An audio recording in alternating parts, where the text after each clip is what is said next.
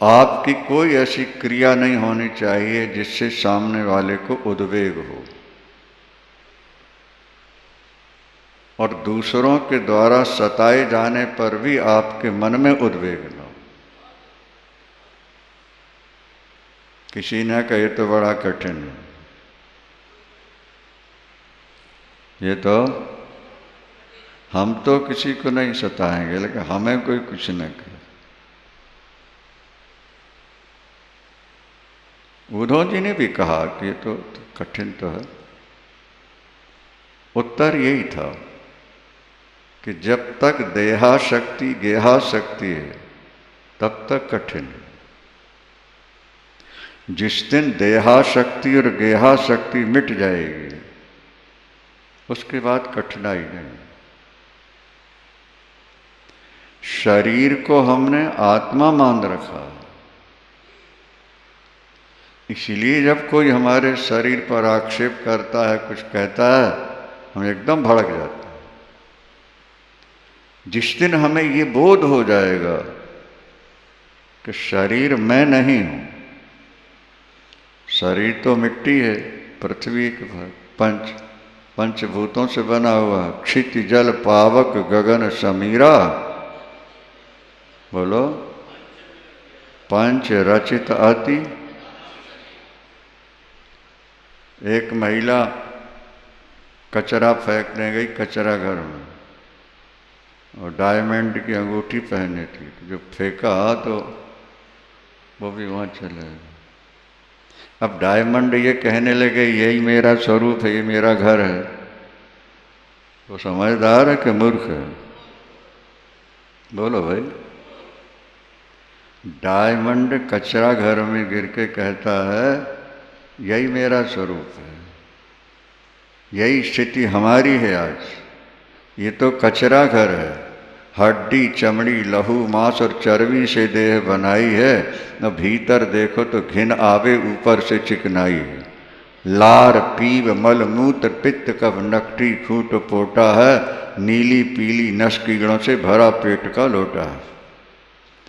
अगर कहीं खुल जाए तो अनेक तो थू थू कर नाक सकोड़ेगा, सड़े पचे जरे गले तो देख सभी मुख मोड़ेगा। मल से उपजा मल में लिपला, मल मलिन तू घूरा है, फिर भी अरे मंदे इतना मगरूरा है। संतों ने गाया आपके शरीर की चमड़ी अगर हटा दी जाए तो घर से निकलना मुश्किल हो जाएगा, कौवे नोच के खा जाएंगे, गीध नोच के खा जाएंगे। बात समझ में आ रही है ना? ये तो रेशम के थैले में मैला भरा हुआ। मनुष्य का शरीर क्या है भाई? रेशम के थैले में मैला भरा हुआ, गंदगी का पिटारा है ये, और इसको हम अपना स्वरूप मान बैठे। और हम सच्चिदानंद है, ईश्वर अंश जीव अविनाशी और चेतन अमल सहज सुख रस।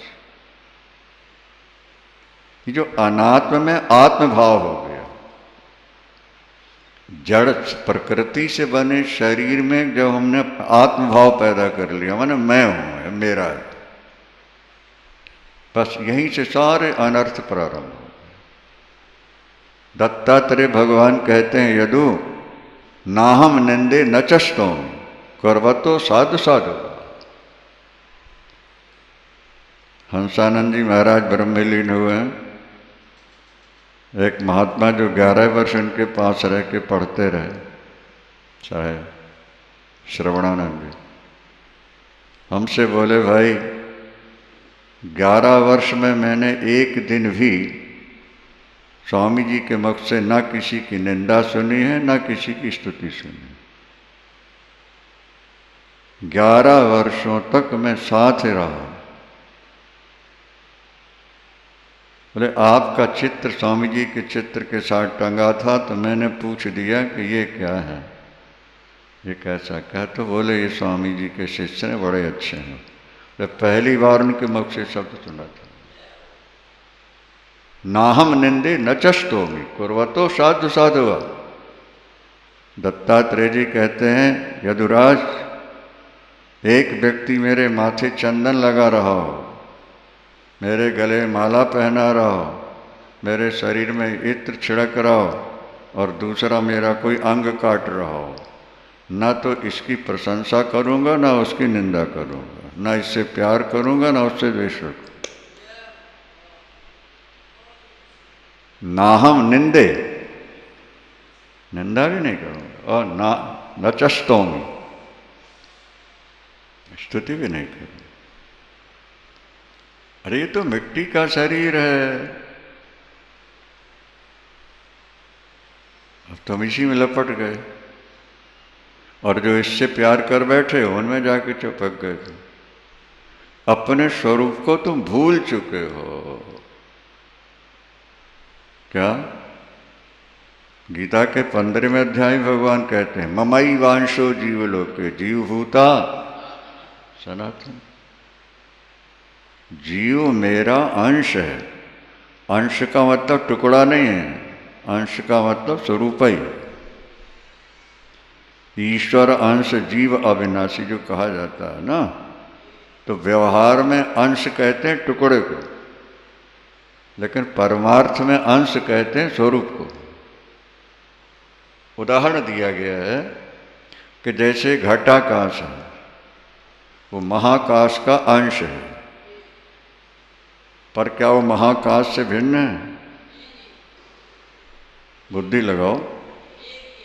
घड़े में जो आकाश है, पुलाई है, जैसे घटाकाश कहा, और बाहर जो है पुलाई, इसको महाकाश कहा, इसका नाम घटाकाश पड़ा, और ये कहा गया कि महाकाश का अंश घटाकाश है।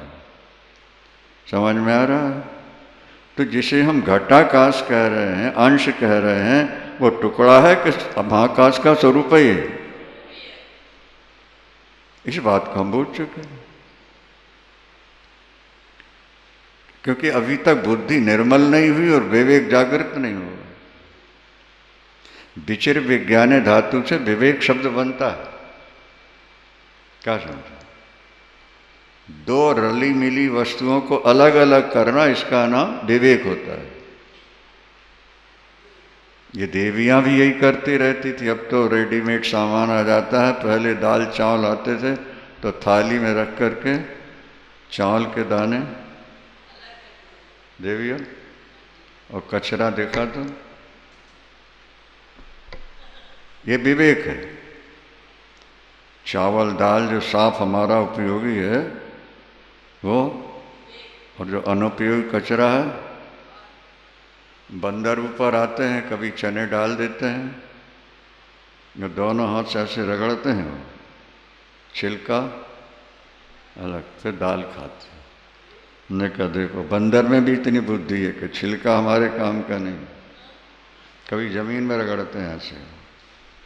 दाल, भुने हुए चने जो होते हैं, तो छिलका काम का नहीं है।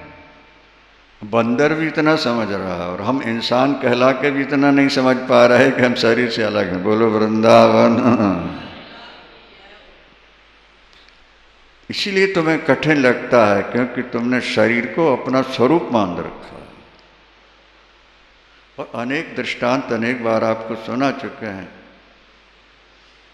कि आप सरकारी बस में बैठकर जा रहे हो, होली के दिन थे, लड़के खड़े थे, उन्होंने धूल फेंक दी, पत्थर फेंक दिया, गंदगी फेंक दी, शीशे बंद थे। आप लड़ने जाएंगे उनसे? बोलो भाई, क्यों? बस सरकारी है, हमारी थोड़ी है। और अभी नई शोरूम से कार लेके आए, जा रहे थे, और किसी ने जरा उछाल दिया तो खड़े होकर तब मार था। कार मेरी है तो मार पीट है, और बस सरकारी है तो बाहर कुछ भी होता रहे, अपन तो सुरक्षित हैं।